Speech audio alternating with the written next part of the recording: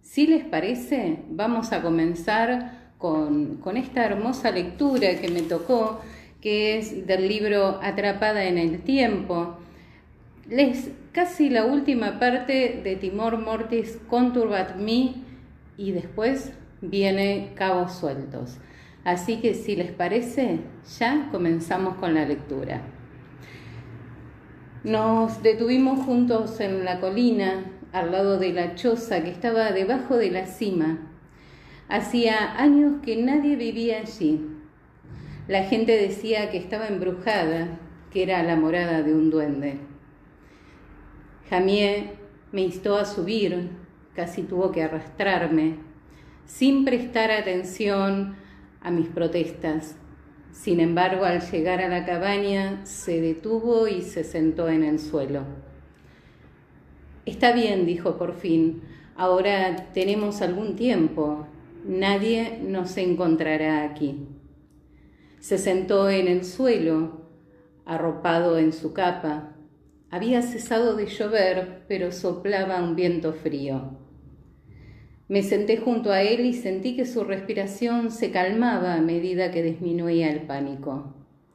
Permanecimos en silencio un rato. Abajo quedaba el caos, un caos que quizás yo misma había contribuido a crear. «Jamié», dije por fin, extendí una mano para tocarlo, pero me arrepentí y la dejé caer. «Jamié, lo lamento». Continuó con la mirada fija en el oscuro páramo. Por un momento creí que no solo me había escuchado. Cerró los ojos y después sacudió la cabeza. «No», dijo con voz suave, «no hay necesidad». «Sí la hay». La pena casi me ahogaba. Debí haber regresado, Jamié. Si en aquella oportunidad me hubiese ido, cuando me trajiste desde Krasnodar, quizás entonces... «Sí, quizá», interrumpió. Se dio la vuelta para mirarme. Había añoranza en sus ojos y una pena igual a la mía, pero no había ira ni reproche. Volvió a sacudir la cabeza. «No», repitió. «Sé lo que quieres decir, Modwin, pero no es así. De haberte ido entonces, quizás todo habría sucedido tal cual sucedió. Tal vez sí, tal vez no. Quizás todo habría ido pasando antes de manera diferente. Quizá, solo quizás, no habría sucedido. Pero intervino mucha gente. No permitiré que te eches la culpa». «No me refiero a eso», dije. «Eso no. Me refiero a lo que te hice». Entonces sonrió con ternura y me acarició la mejilla. «¿Sí? ¿Y qué hay de lo que te hice yo a ti, Sassenach? Te saqué de tu propio lugar, te conduje a la pobreza, te arrastré por el campo de batalla y arriesgué tu vida. ¿Me lo echás en cara?» «Sabes que no, Jamié», sonrió. «Pues yo tampoco, Sassenach». «No me iré, Jamié», repetí, «me quedaré contigo». «No», sacudió la cabeza, «debo regresar». «Jamié, no». Me aferré su brazo con desesperación. «Jamié, ya habrán encontrado a Dougal. Willy Coulter ya se lo habrá contado a alguien». «Si es así», puso una mano sobre mi brazo y me dio una palmada. Había tomado la decisión de la colina. Me di cuenta, al ver su rostro, una mezcla de resignación y determinación. También había pena y tristeza, pero estos sentimientos habían sido apartados. No tenía tiempo para lamentarse. «Podríamos volver a Francia», dije. «Jamié, debemos intentarlo». Incluso mientras hablaba, sabía que no iba a cambiar de parecer. «No», repitió, se dio vuelta. «El país está en rebelión. Los puertos están cerrados. Hace 3 meses que O'Brien intenta traer un barco que rescate al príncipe para llevarlo a Francia. Dougal me lo dijo antes. A Carlos Estuardo lo persiguen solo los ingleses, pero a mí me perseguirán no solo los ingleses, sino también los clanes. Soy traidor por partida doble, un rebelde y un asesino. Claire hizo una pausa. Claire, soy hombre muerto. No, repetí en vano. No paso precisamente desapercibido, ¿sabes? Dijo. Jamie, el rojo, no podría llegar muy lejos. Pero a ti puedo salvarte, Claire, y lo haré. Es lo más importante, pero yo debo volver con mis hombres. Los hombres de Lallybroch. ¿Pero cómo? Jamie se puso serio, tocando distraídamente la empuñadura de su espada mientras pensaba. Creo poder salvarlos. En el páramo todo será confusión, con hombres y caballos yendo de un lado al otro, órdenes gritadas y contradichas. Las batallas son muy confusas, y aunque se sepa lo que hice, continuó, vacilando un instante, nadie podrá. Con los ingleses a la vista y una batalla a punto de comenzar. Sí, puedo hacerlo, dijo. Me seguirán sin hacer preguntas. Después de todo, fui yo quien los trajo. Murtagh los habrá juntado. Los guiaré fuera del campo de batalla. Si alguien intenta detenerme, diré que reclamo el derecho de guiar a mis propios hombres en la batalla. Ni siquiera el joven Simón podrá negármelo.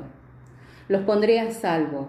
El campo es bastante grande y hay suficientes hombres para que nadie se dé cuenta de que nos hemos movido a otra posición. Los sacaré del páramo y los pondré en el camino de regreso a Lallybroch. Se quedó en silencio, como si sus planes llegaran hasta allí. Y después, pregunté sin querer reconocer la respuesta, pero sin poder evitar hacer la pregunta. Después regresaré a Culloden, respondió soltando la respiración. Sonrió. No tengo miedo de morir, Sassenach. Su boca hizo una mueca irónica.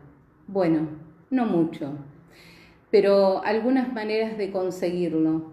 Un breve e involuntario escalofrío lo recorrió, pero trató de seguir sonriendo. Dudo de que me consideren digno de los servicios de un profesional, pero supongo que llegado el caso, tanto a Monsieur Forest como a mí, nos parecerá extraño. Quiero decir, que alguien que compartió una copa de vino conmigo me arranque un corazón. Con un gemido de desesperación lo abracé, estrechándolo con todas mis fuerzas. Está bien, susurró. Está bien.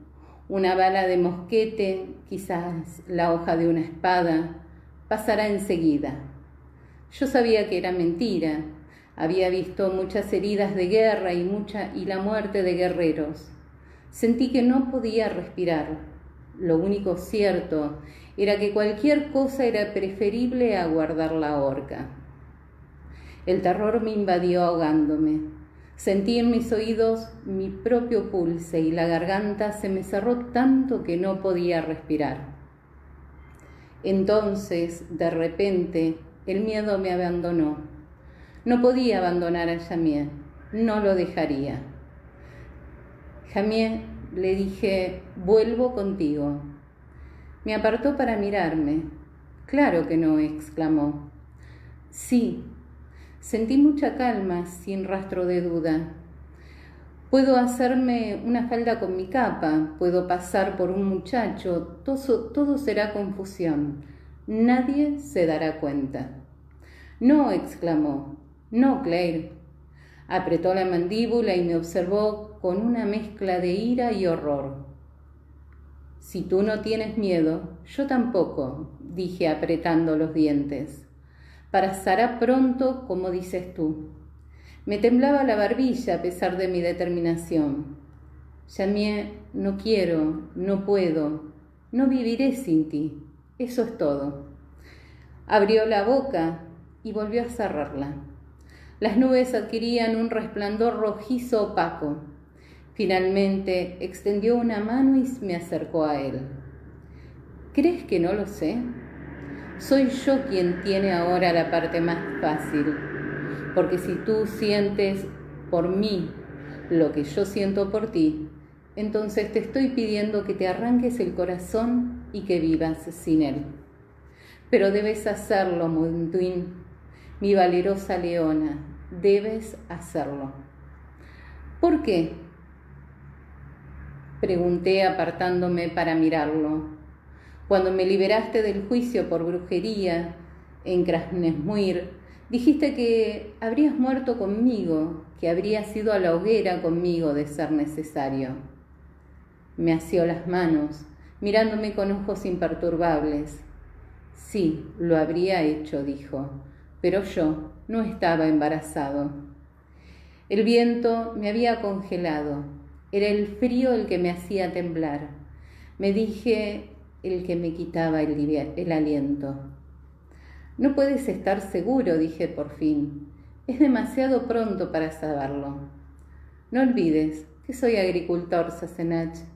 Nunca te has retrasado en tus periodos desde la primera vez que compartí tu cama. Y ahora hace 46 días que no sangrás.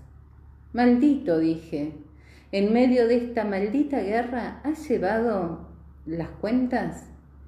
¿Tú no? No, era cierto. Tenía demasiado miedo de reconocer la posibilidad de que algo que había esperado y por lo que había rezado tanto tiempo llegaba tan terriblemente tarde. Además, continué, eso no prueba nada. El hambre puede causar el retraso. Enarcó una ceja y apoyó una mano bajo mi seno. Sí, estás delgada, pero a pesar de ello tus pechos están llenos y tus pezones tienen otro color. ¿Te olvidas de que ya te he visto antes así? No tengo dudas, y tampoco las tienes tú. Traté de evitar las náuseas tan fácilmente atribuibles al miedo y al hambre, pero sentí la pequeña pesadez quemándome de repente en el vientre. Me mordí el labio con fuerza, pero las náuseas me invadieron. Claire, dijo con calma, mañana moriré. Este hijo es todo lo que quedará de mí. Te pido, Claire, te ruego que lo salves. Me quedé inmóvil, con la visión borrosa. En aquel momento sentí que se me rompía el corazón. Por fin incliné la cabeza. El viento ululaba en mis oídos. Sí, susurré. Sí, me iré. Era casi de noche. Se acercó y me abrazó. Habían empezado a aparecer luces en la lejanía. Nos quedamos en silencio mientras la tarde se convertía en noche. La colina estaba en silencio. Solo oía la respiración de Yamie. Te encontraré, susurró. Te lo prometo. Aunque deba soportar 200 años de purgatorio, 200 años sin ti. Ese será el castigo por mis crímenes, por haber mentido, matado, robado y traicionado. Pero algo me salvará en el balance. Cuando esté frente a Dios, tendré algo que decir que compensará el resto. Su voz se apagó convirtiéndose en un murmullo y estrechó sus brazos alrededor de mí. Dios, me diste una mujer única y yo la amé como correspondía. Fue lento y cuidadoso, también yo. Cada caricia, cada momento debía ser saboreado, recordado, atesorado como un talismán contra un futuro vacío de él. Acaricié cada hueco, cada sitio oculto de su cuerpo. Sentí la gracia y la fortaleza de cada curva de sus huesos, sus músculos maravillosos y firmes, flexibles a lo ancho de sus hombros, suaves y sólidos a lo largo de la espalda. Saboreé el sudor salado del hueco de su cuello. Olí el cálido almizcle del vello entre sus piernas, la dulzura de la boca suave. «Eres tan hermosa, mi amor», me susurró acariciando la piel suave entre mis piernas. Su cabeza no era más que una mancha oscura sobre la blancura de mis senos. Los agujeros del techo solo dejaban pasar un mínimo de luz del cielo nublado. El suave rumor de los truenos primaverales murmuraba constantemente en las colinas, más allá de nuestras frágiles paredes. Sentí su erección en mi mano. Mi caricia lo hizo gemir de necesidad cercana al dolor. Cuando no pudo esperar más, me penetró, como un cuchillo en su funda. Nos movimos juntos, apretándonos, deseándonos, necesitando con suma urgencia ese momento de fusión y a la vez temiendo llegar a él, sabiendo que después vendría la separación eterna. Me llevó una y otra vez al orgasmo, deteniéndose, jadeando y temblando en el límite, hasta que por fin toqué su rostro, enredé mis dedos en su pelo, lo apreté con fuerzas y arqueé mi espalda y mis caderas debajo de él, incitándolo, forzándola. «Ahora», le dije, «ahora, ven a mí, ahora». Se entregó a mí y yo a él. La desesperación se dio paso a la pasión, de modo que el eco de nuestros gritos pareció desvanecerse lentamente en la oscuridad de la fría cabaña de piedra. Permanecimos tumbados y juntos, inmóviles. Sentí su peso como una bendición, como escudo y protección. Un cuerpo tan sólido, tan lleno de calor y vida. ¿Cómo era posible que dejara de existir dentro de pocas horas? «Escucha», dijo por fin. «¿Oyes?» Al principio no oí nada excepto el rumor del viento y el goteo de la lluvia que se escurría por los agujeros del techo. Entonces lo oí, el latido constante y lento de su corazón sobre el mío, parejos en el ritmo de la vida. La sangre pasaba a través de nuestro frágil vínculo, entraba en mí y volvía a él de nuevo. Nos quedamos así, arropados bajo la cubierta improvisada de tartán y la capa, sobre una cama hecha con nuestras ropas.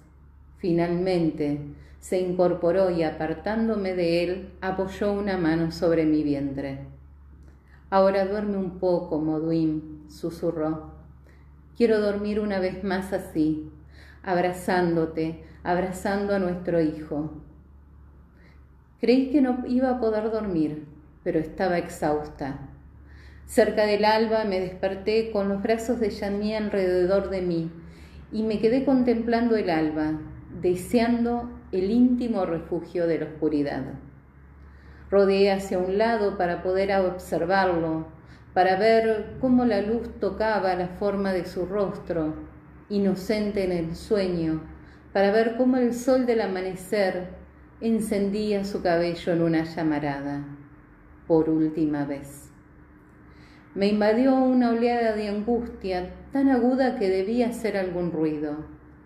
Yamie abrió los ojos, sonrió al verme y me escrutó el rostro.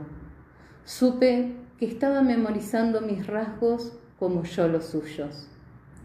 «Yamie», dije, mi voz era ronca por el sueño y las lágrimas.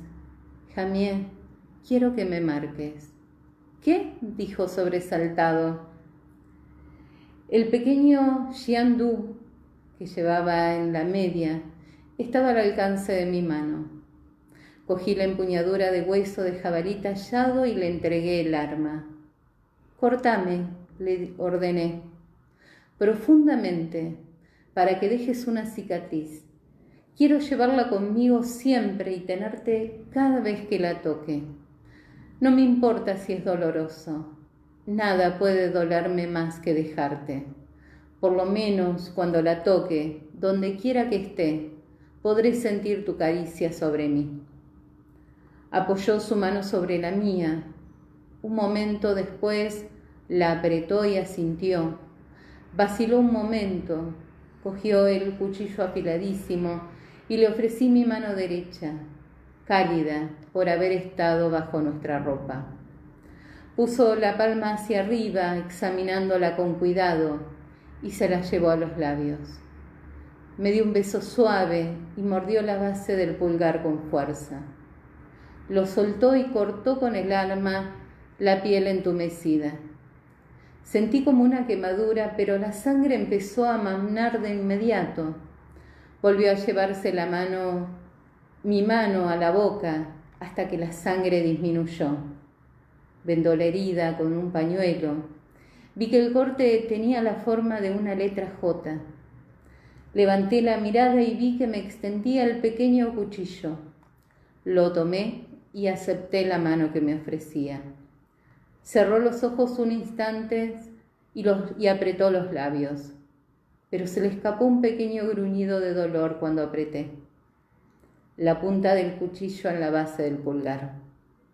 Cuando completé la pequeña incisión semicircular me di cuenta de que me había dado su mano izquierda.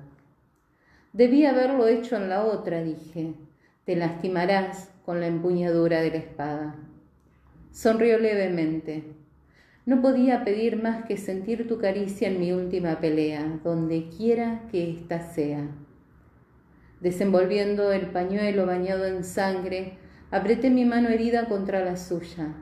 Sentí la sangre cálida y resbaladiza que todavía no se tornaba pegajosa entre nuestras manos. Sangre de mi sangre, murmuré, y carne de mi carne, respondió con suavidad. Ninguno de los dos pudo terminar de pronunciar el voto hasta que la muerte nos separe. Pero las palabras no dichas pendieron, dolorosas entre los dos. Por fin sonrió con ironía. Más que eso, dijo con firmeza, y me atrajo hacia él una vez más. Frank dijo, bueno, tú verás lo que le dices de mí. Es probable que no quiera oír, pero si lo hace, si descubres que puedes hablarle de mí, como me has hablado de él, entonces dile que estoy agradecido. Dile que confío en él y dile que lo odio con todo mi corazón y con la última fibra de mi cuerpo. Estábamos vestidos y el amanecer se había convertido en día. No teníamos comida, nada con que desayunar, nada más que hacer y nada más que decir. Tendríamos que despedirnos para que él llegara a tiempo a Drumis Moor. Por fin sonrió, se inclinó y me besó en los labios. Decían en otro tiempo, que cuando un hombre partía para hacer algo importante, buscaba a una mujer sabia y le pedía que lo bendijera. Él se detenía en la dirección en que se encaminaba y ella se acercaba por detrás para rezar una oración por él.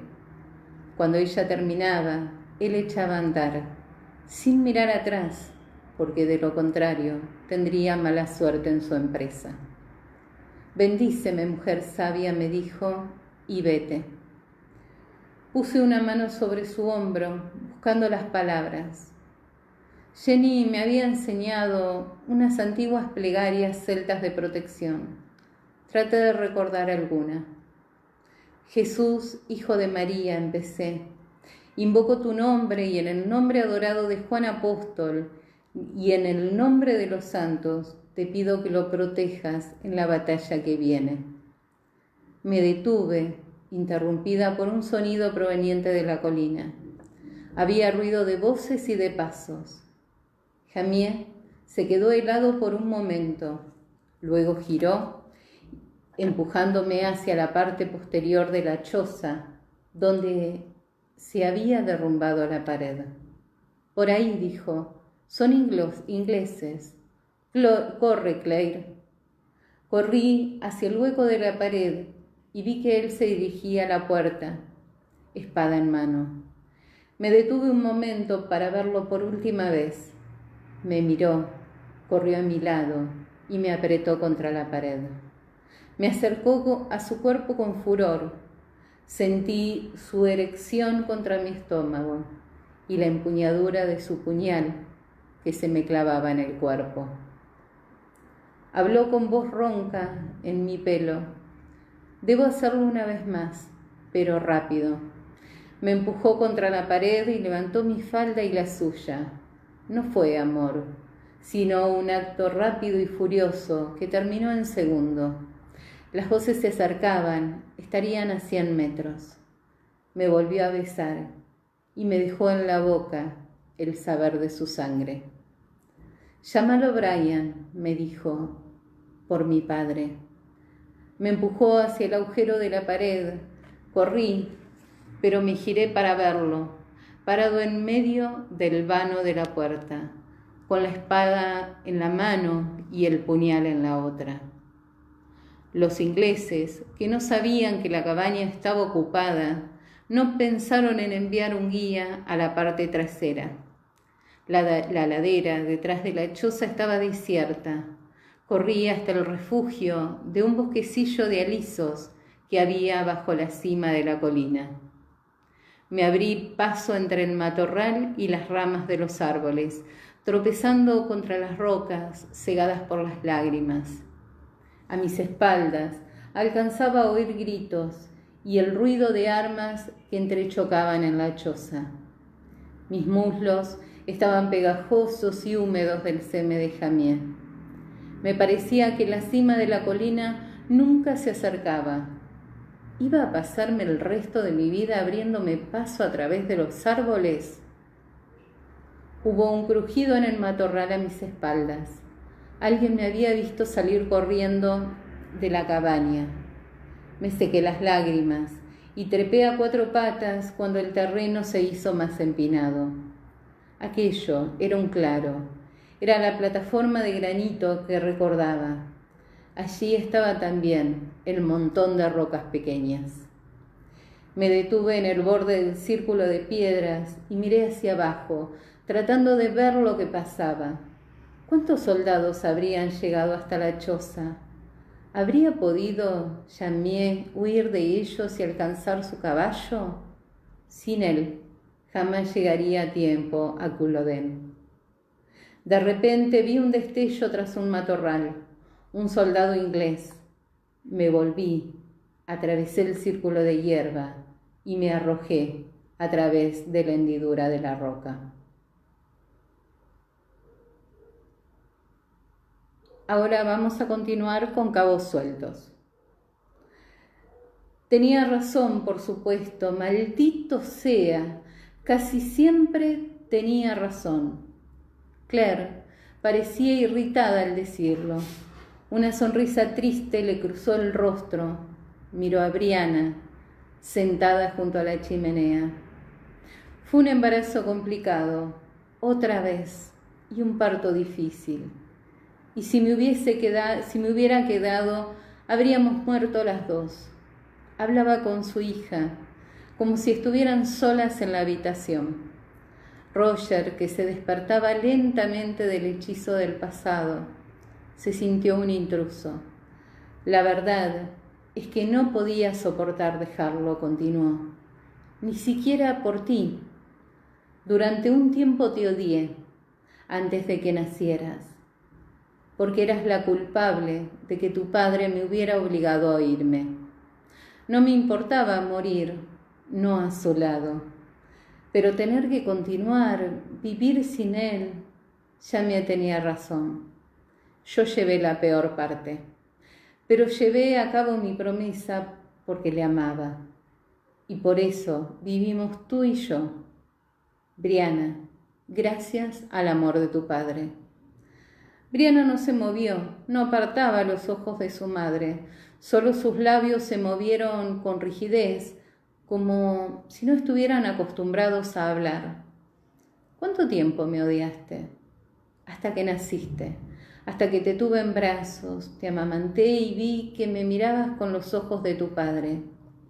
Brianna emitió un sonido ahogado, pero su madre continuó. Su voz se suavizó al mirar a la muchacha. Entonces empecé a conocerte como alguien distinto de Jamie y de mí, y te amé por ti misma, no solo por tu padre. ¿Frank Randall era mi padre?, exclamó. Lo sé.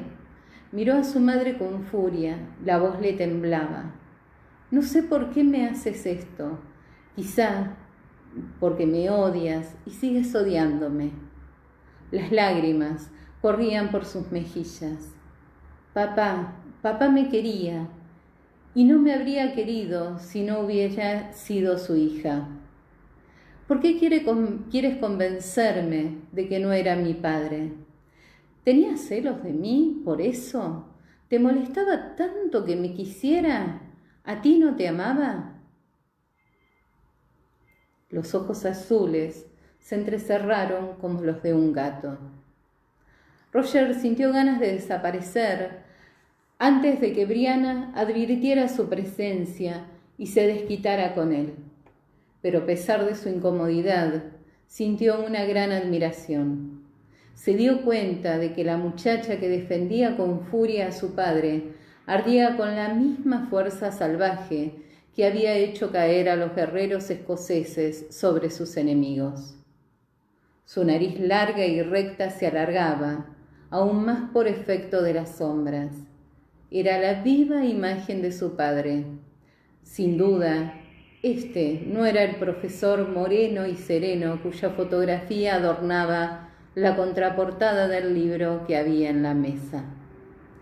Claire abrió la boca para hablar, pero volvió a cerrarla y observó fascinada a su hija. La tensa postura del cuerpo, el arco de los anchos pómulos.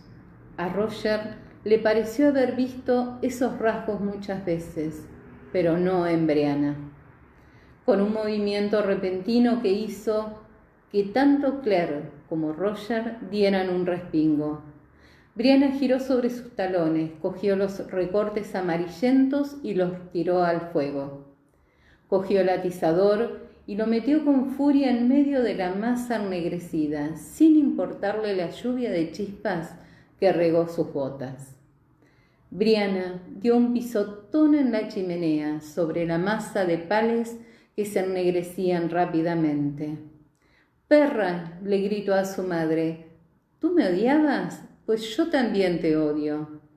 Echó el brazo hacia atrás con el atizador. Los músculos de Roger se tensaron instintivamente, listo para saltar sobre ella. Pero Brianna se volvió, con el brazo hacia atrás como un lanzador de jabalina, y arrojó el atizador por la ventana. Los vidrios reflejaron la imagen de una mujer en llamas por un momento, antes del choque y la caída en la oscuridad vacía. El silencio en el estudio era pasmoso.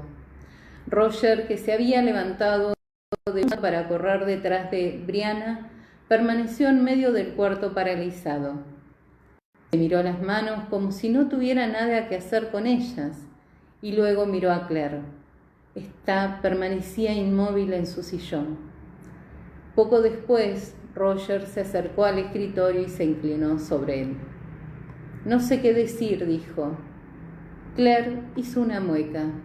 «Tampoco yo». Permanecieron en silencio. Se oía un lejano ruido de cacerolas en la cocina donde Fiona preparaba la cena. La sensación de estupor e incomodidad dio lugar a otro sentimiento que Roger no supo definir. Tenía las manos congeladas. Se las frotó en las piernas sintiendo el cálido roce de la pana. «Yo», empezó a decir, pero se detuvo. Claire inspiró hondo. «¿Me crees?», le preguntó. Roger la miró pensativo. «En realidad no lo sé», dijo por fin. Su comentario provocó la sonrisa de Claire. Eso mismo me dijo Jamie al principio, cuando le pregunté si sabía de dónde venía, dijo. No lo culpo, Roger vaciló. Permiso, dijo, y le cogió la mano. Ella no se resistió. De repente recordó algo.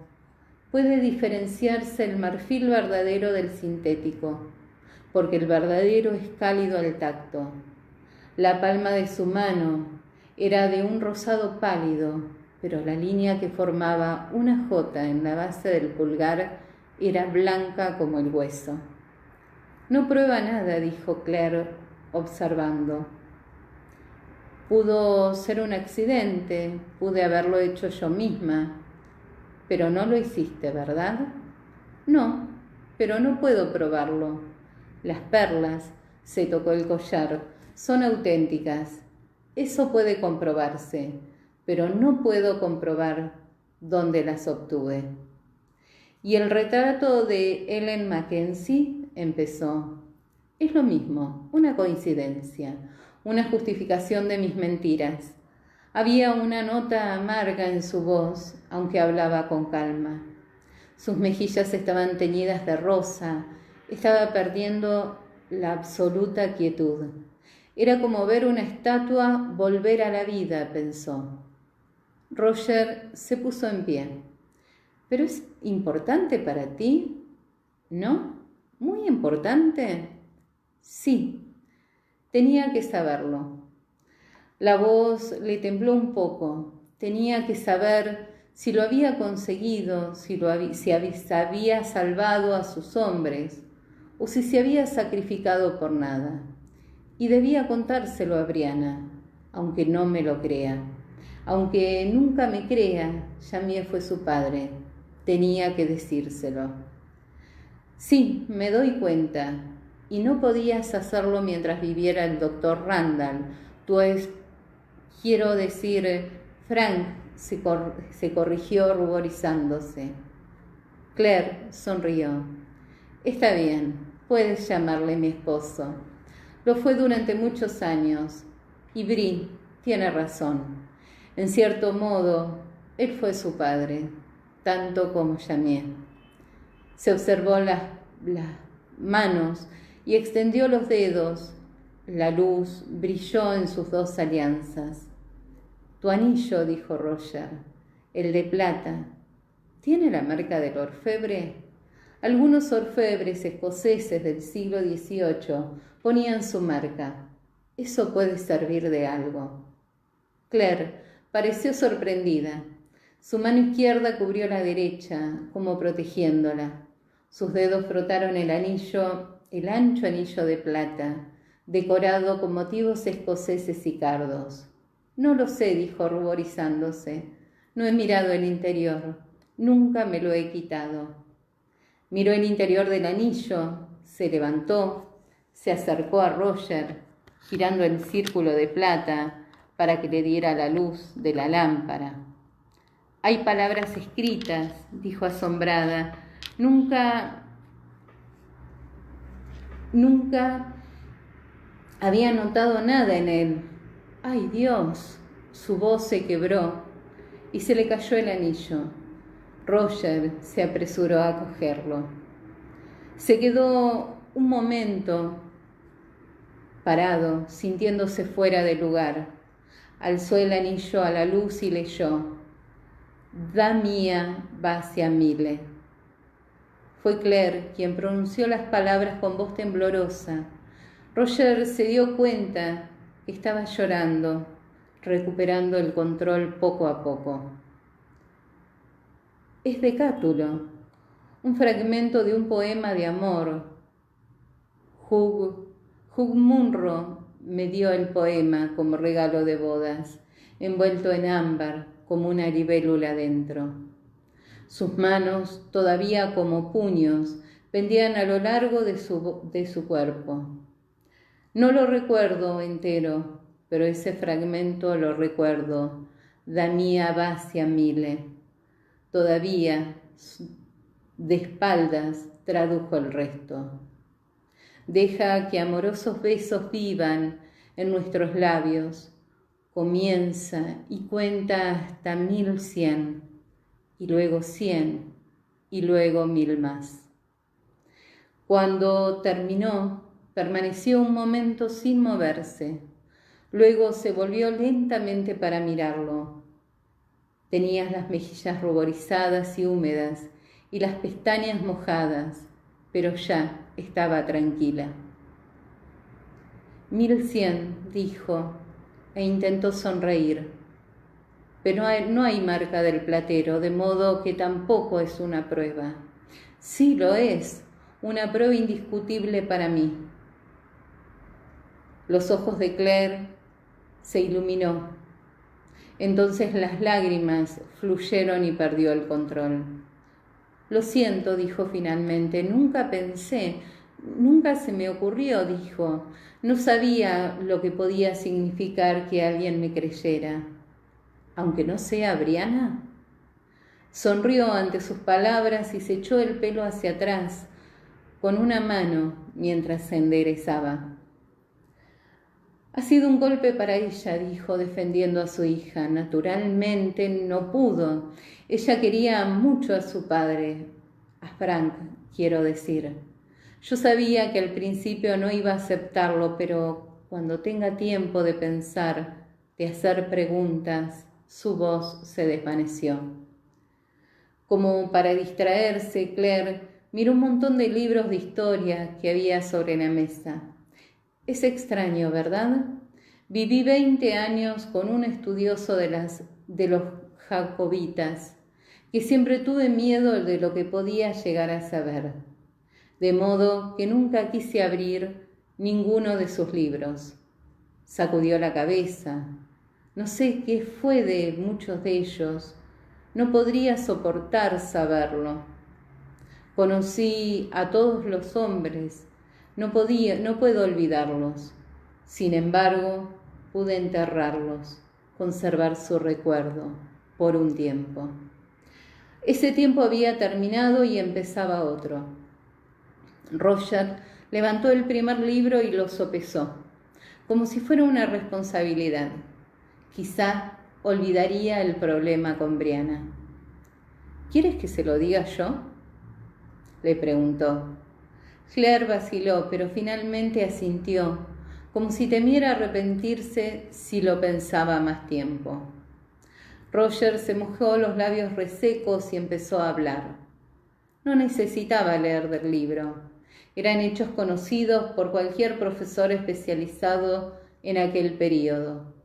Sin embargo, apretó el libro de Frank Randall contra su pecho, sólido como un escudo. Francis Townsend, empezó, el hombre que conquistó a Carlisle para Carlos, fue capturado, juzgado por traición, ahorcado y destripado. MacDonald de Kepoch atacó con sus soldados en Culloden a pie, con su hermano Donald.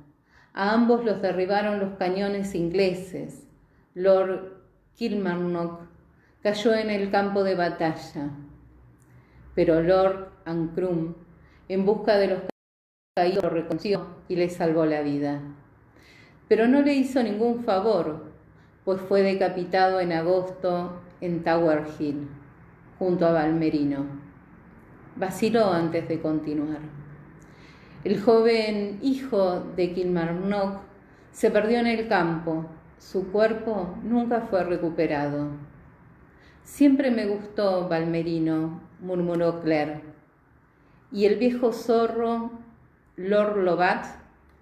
Su voz era poco más que un susurro, la sombra de un hacha. Sí, fue juzgado por traición y condenado a ser decapitado, pero lo hizo bien. Según todos los relatos, murió con gran dignidad. Una escena apareció en la imaginación de Roger. Recitó de memoria con la mayor exactitud posible. Entre gritos y chiflidos de la multitud inglesa caminó a la torre.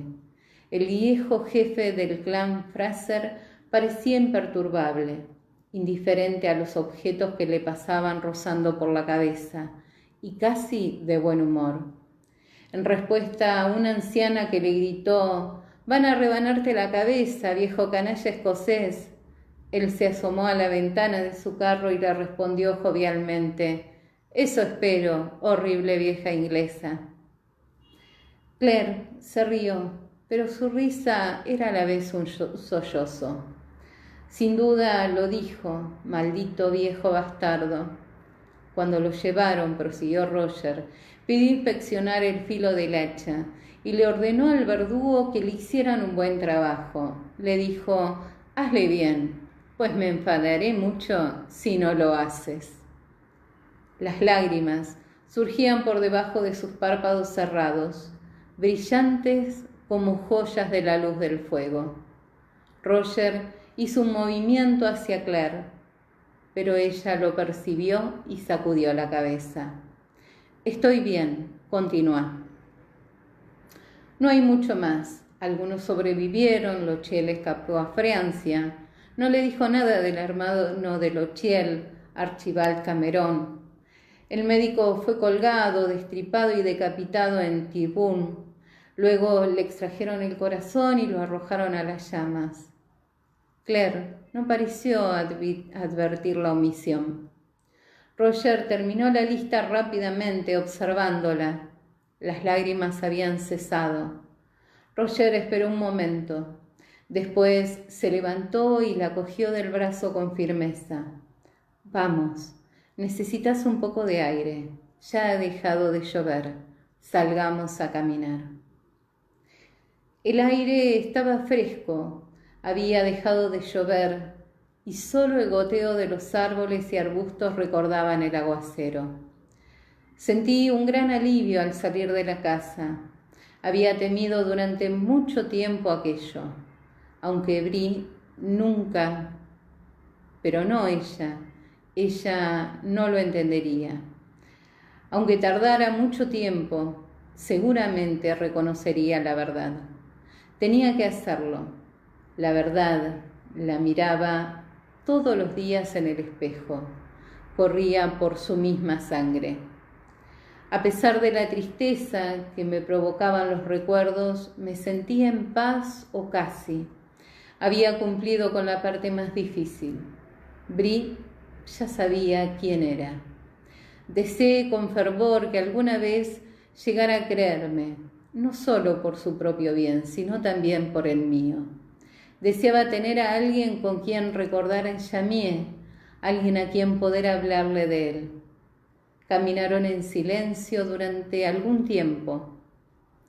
Solo se oía el lejano murmullo del tráfico y el sonido del río en la ribera. Roger no tenía ganas de conversar. Temía recordarle a Claire cosas que ella deseaba olvidar. Pero las compuertas habían sido abiertas y no había modo de volver atrás. Ella empezó a hacer preguntas, vacilante. Él las respondió lo mejor que pudo y a su vez le hizo otras preguntas.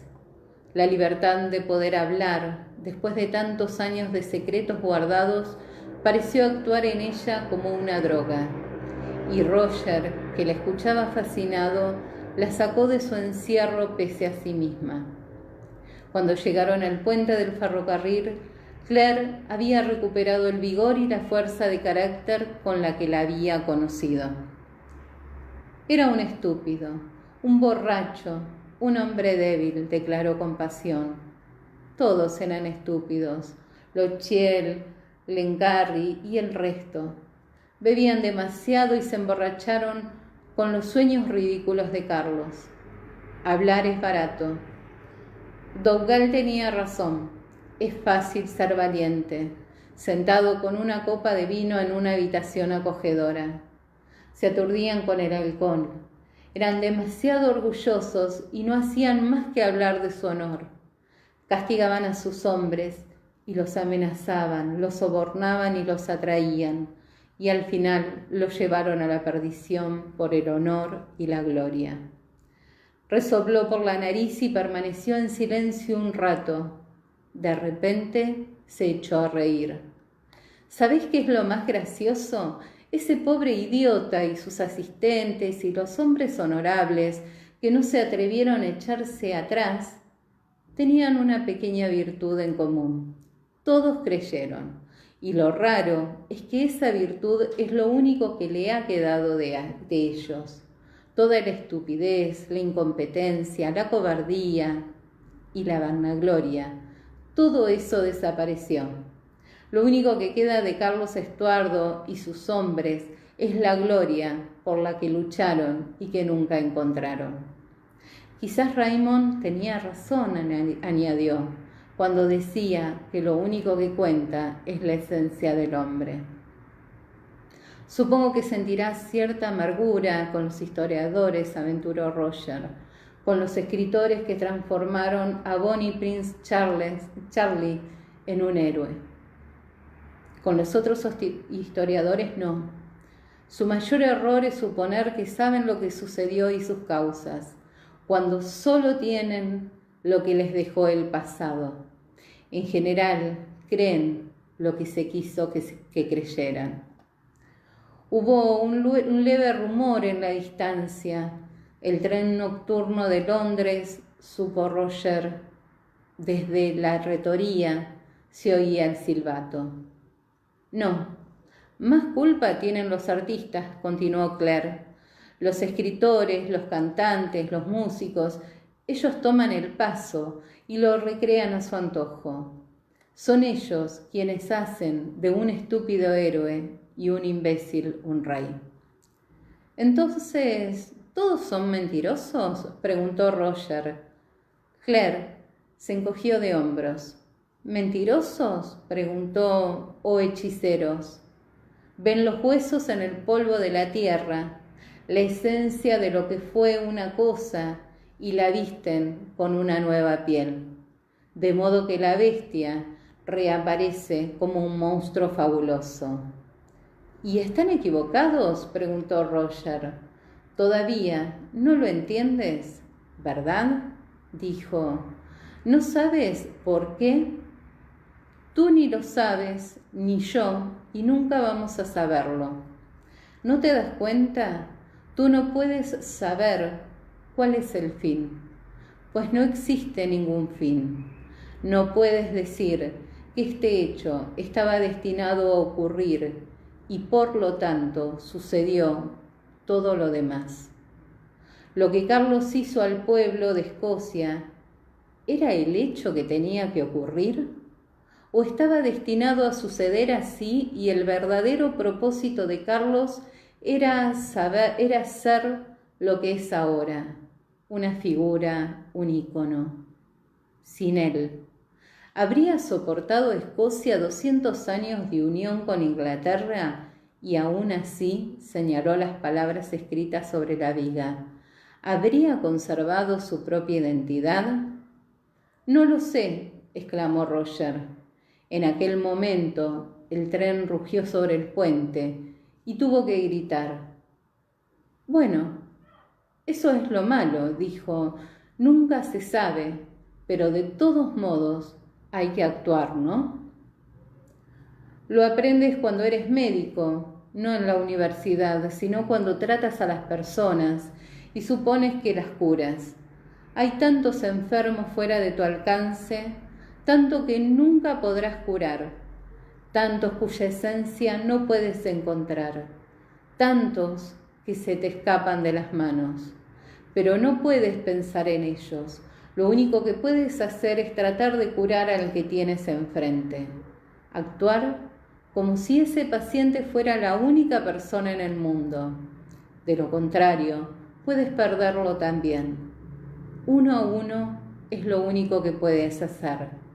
Y aprendes a no desesperarte por los que no puedes ayudar, sino a hacer lo que puedes. Apoyó la mano sobre el brazo de Roger y dijo, volvamos a la retoría, Roger, tengo algo que decirte. Claire permaneció en silencio en el camino de regreso, evitando las preguntas de Roger. Rechazó el brazo que éste le ofrecía y caminó sola, con la cabeza gacha y pensativa.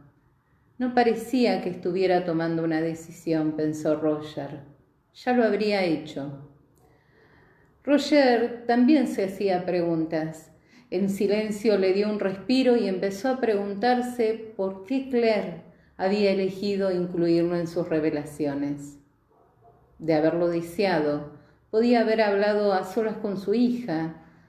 ¿Habría temido la reacción de Brianna y no habría querido afrontarlo sola? ¿O habría dado por sentado con razón que él la creería y por eso lo quería como aliado? La curiosidad de Roger había llegado a su punto máximo cuando llegaron a la rectoría. Claire se sentó en el sofá y Roger sirvió 2 vasos de whisky. Claire le dio las gracias, dio un sorbo, apoyó el vaso sobre la mesa y lo miró. Seguramente te preguntarás por qué quería que escucharas toda la historia, dijo. Había 2 razones. Te diré la segunda en un momento, pero creo que tienes derecho a oír la primera. ¿Yo? ¿Qué derecho? El mismo que Brianna, el derecho a saber quién eres. Se levantó y caminó hacia la pared del fondo, recubierta de corcho hasta el techo, con fotos, gráficos, notas, tarjetas de visita, antiguos horarios de la parroquia, llaves de repuesto y toda clase de cosas pinchadas en el corcho. Recuerdo esta pared, Claire sonrió. ¿Alguna vez tu padre quitó algo de ella? Roger sacudió la cabeza sorprendido. No, no lo creo. Decía que nunca encontraba nada en los cajones. Si se trataba de algo importante, prefería tenerlo bien a la vista. Entonces, es probable que todavía esté aquí. Él lo consideraba importante. Claire se puso en puntillas y comenzó a buscar entre las capas, separando con suavidad los papeles amarillentos. En este creo, murmuró, sacó una hoja y la apoyó sobre el escritorio.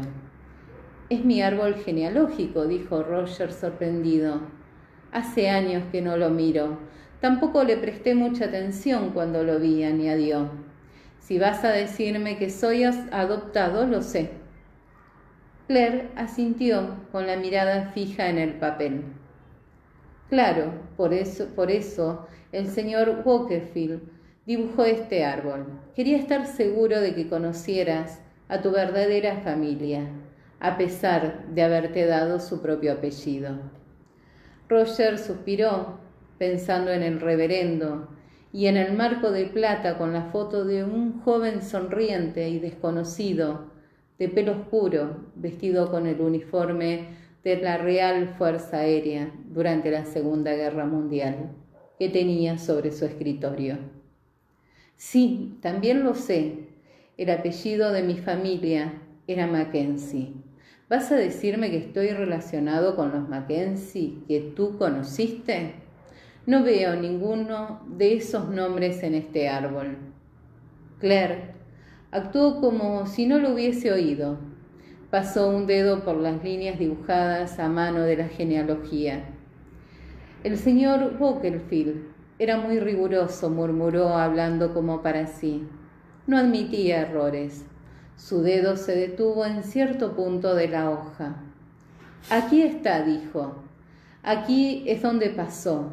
Debajo de este punto, señaló con el dedo. Todo es correcto. Estos fueron tus padres, tus abuelos, tus bisabuelos, tus tatarabuelos, pero no arriba. El dedo ascendió en la hoja. Roger se inclinó sobre el gráfico. Luego levantó los ojos pensativos. ¿Aquí? William Buzzard Mackenzie, nacido en 1744, hijo de William John Mackenzie y Sarah Inés, muerto en 1782. Claire sacudió la cabeza. Murió en el 44 y a los 2 meses de viruela. Alzó la mirada. Tú no fuiste la primera adopción en la familia, dijo. Con un dedo señaló el nombre. Él necesitaba una ama de leche. Su madre había muerto, de modo que lo dieron a otra familia que había perdido a su hijo. Le pusieron el nombre del bebé muerto, lo cual era común, y no lo anotaron en el registro parroquia.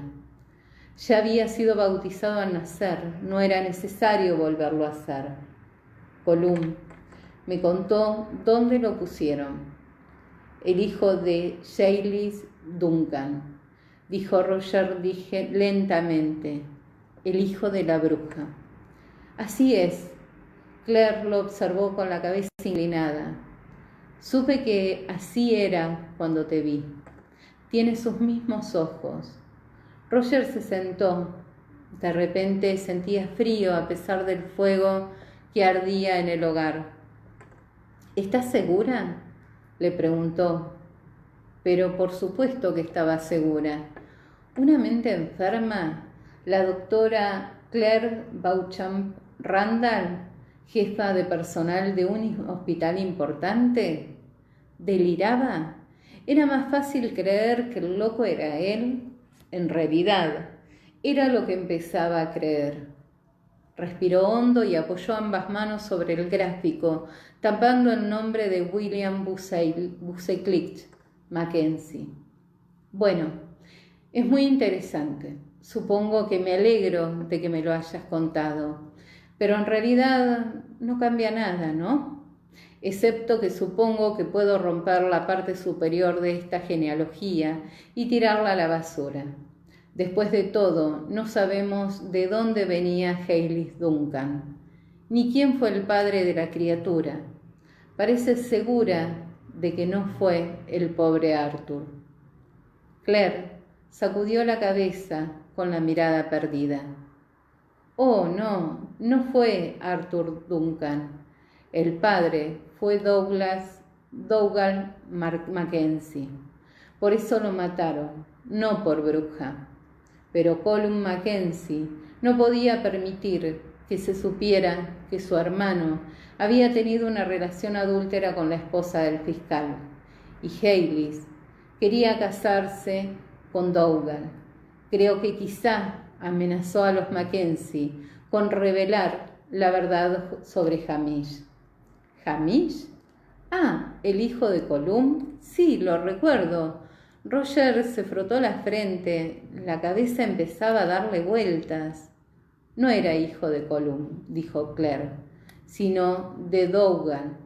Colum no podía tener hijos, pero Dougal sí. Hamish era el heredero del clan Mackenzie. Colum había matado a cualquiera que amenazara la posición de Hamish, y eso hizo. Claire respiró profundamente. Y eso me lleva a la segunda razón por la que debías conocer toda la historia. Giles Duncan tenía una marca de vacuna. Sí, fue eso lo que me hizo regresar a Escocia. Cuando me fui con Frank, juré que no volvería. Sabía que no podía olvidar, pero sí enterrar el pasado. Giles me salvó la vida en el juicio de Krasnelmuir. Ella sabía que estaba condenada, pero perdió toda posibilidad de salvarse por salvarme a mí. Me dejó un mensaje que me dio Dougal en una gruta de las tierras altas cuando fue a decirme que Jamie estaba en prisión. El mensaje tenía dos partes. La primera, no sé si es posible, pero creo que sí. La segunda era una secuencia de números: 1, 9, 6, 8. 1968, dijo Roger, con la sensación de que estaba en medio de un sueño. Seguramente pronto despertaría. Este año, ¿qué querría decir con eso de que pensaba de que era posible? Regresar a través de las piedras. No lo había intentado, pero creí que yo podía conseguirlo. Y estaba en lo cierto, claro. Estamos en el año en que ella atravesó las piedras. solo que creo que aún no lo ha hecho. Roger casi deja caer el vaso por la sorpresa. ¿Qué? ¿Aquí? Pero ella no. Tú no puedes saber. No lo sé con seguridad, señaló Claire, pero lo creo.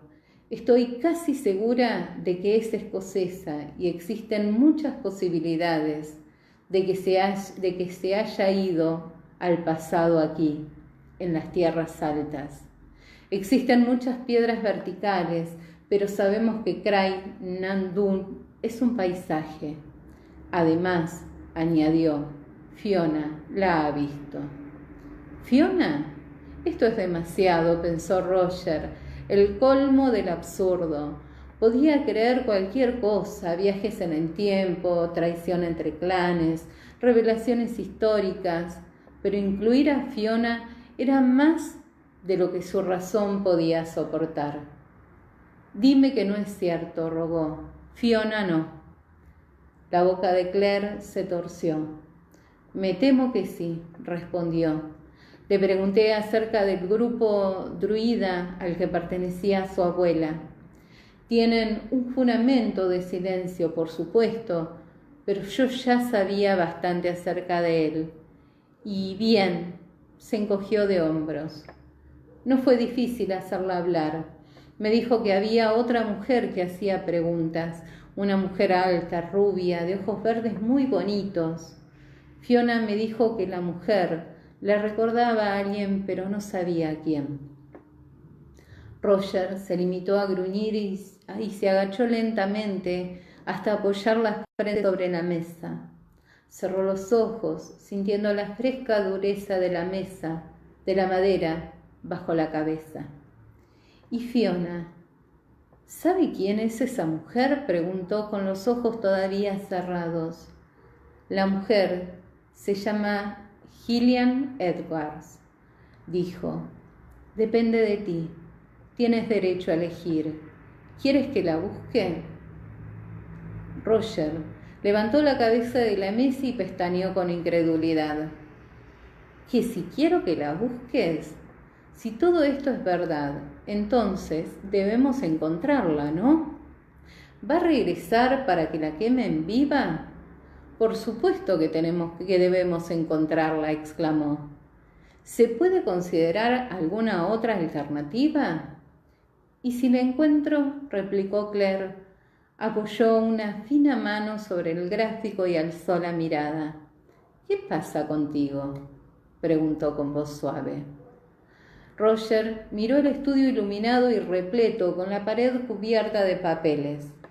Apretó con fuerza sus muslos, aferrando la áspera pana como si quisiera asegurarse de que él era tan real como la silla sobre la que estaba sentado. Pero yo soy real, exclamó. No puedo evaporarme. Claire alzó las cejas. No sé lo que te pasaría. No tengo la menor idea. Quizás no habrías existido. En todo caso, no debes preocuparte demasiado ahora. Tal vez la parte de ti que te hace única, tu alma o como quieras llamarla, estaba destinada a existir de cualquier modo. Y tú seguirías siendo tú. Después de todo, ¿qué porcentaje de tu conformación física puede deberse a tus ancestros como hace 6 generaciones? ¿Un 50%? ¿Un 10%? Se encogió de hombros y frunció los labios mirándolo con cuidado. Heredaste los ojos de Haylis, como ya te dije, pero también tienes parte de Dougal. No es un rasgo específico, es algo más sutil, algo en tu manera de caminar, cierta gracia. No, sacudió la cabeza, no puedo describirlo, pero el parecido existe. Es algo que necesitas para ser quien eres. ¿Podrías existir sin ese pedacito de Dougal? Se puso de pie, cansada por primera vez. Desde que la conocía, parecía tener la edad que tenía. Me he pasado más de 20 años buscando respuestas, Roger. Y solo puedo decirte una cosa: no hay respuestas, solo opciones. Por mi parte, he tomado unas cuantas decisiones y nadie puede decirme si fueron erróneas o no. Quizá el maestro Raymond, aunque no creo que hubiera opinado, era un hombre que creía en los misterios. Lo único que sé es que tenía que decírtelo. La elección es tuya. Roger alzó el vaso y vació el resto del whisky. En el año de nuestro Señor de 1968, el año en que Haylis Duncan entró en el círculo de piedras verticales, el año en que fue a enfrentarse a su destino, un hijo ilegítimo y muerte en la hoguera. Se puso en pie y paseó de un lado a otro de las hileras del estudio. Libros llenos de historias, ese tópico tan burlón y mutable. No hay respuestas, sino elecciones. Inquieto tocó los libros de la repisa superior. Era la historia del movimiento jacobita, la historia de las rebeliones, la del año 15, la del 45. Claire había conocido a varios de los hombres y mujeres descritos en aquellos libros. Había luchado y sufrido con ellos para salvar a un pueblo ajeno. Había perdido todo lo que amaba y finalmente había fracasado. Pero la elección había sido suya. ¿Existía alguna posibilidad de que todo fuera un sueño, una especie de fantasía? No. No podía pensar que todo era una ilusión, pero solo mientras no mirara a Claire. Apoyó las manos sobre la mesa, después la giró y vio el laberinto de líneas que cruzaba su palma. ¿Se trataba solo de su destino o también tenía la vida de una mujer desconocida entre sus manos? No hay respuesta. Cerró las manos suavemente, como si tuviera algo atrapado en sus puños, y se decidió. Busquémoslas, dijo.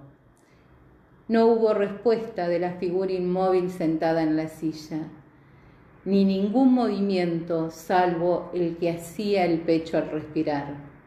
Claire se había dormido. Y bueno, acá finaliza este nuevo capítulo. Gracias a todos por acompañarme en esta lectura. Gracias, Blanca, por haberme convocado y será hasta la próxima lectura.